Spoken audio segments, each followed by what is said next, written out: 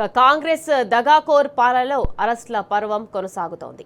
అబద్ధపు హామీలతో గద్దెనెక్కిన రేవంత్ అన్ని వర్గాల ప్రజలను మోసం చేసిండు.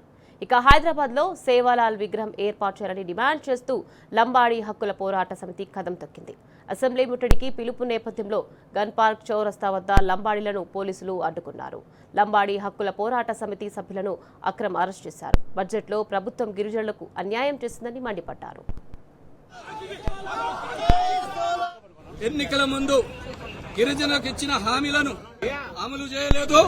గత 2 సంవత్సరాల్లో కేటాయించిన బడ్జెట్ ను 40% కిటగా ఖర్చు చేయలేదు. ఈసారి బడ్జెట్ లో దాదాపుగా ఒక 5,000 కోట్లు తక్కువ కేటాయించింది. కాబట్టి దానికి నిరసనగా లంబాడీ హక్కుల పోరాట సమితి ఈ రోజు అసెంబ్లీ ముట్టడికి పిలుపునిచ్చింది. కాబట్టి ఎన్ని అరెస్టులు చేసినా కాంగ్రెస్ పార్టీ సేవాలాల్ మహారాజు హైదరాబాద్ లో నడిబొడ్డున ఉండాలని మేము కోరుకుంటున్నాము.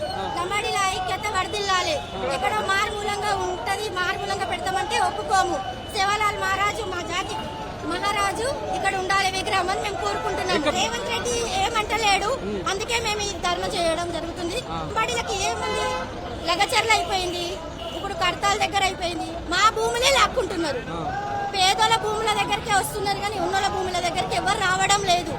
మా భూములు మరి వేరే దగ్గర చూపిస్తాం, వేరే దగ్గర చేస్తామంటారు కానీ ఏమో వేరే సొల్యూషన్ లేదు. భూములు లాక్కోవడము, వాళ్ళ పక్కన వారం రోజులు నిరాదీక్ష చేస్తున్నారు. మా భూములు మాకు కావాలి. లంబడోళ్ళు గిరిజనులు భూములు చేసుకునే బతుకుతారు. మరి వాళ్ళ పరిస్థితి ఏంది? వాళ్ళ భూములన్నీ తీసుకుంటే వాళ్ళ పరిస్థితి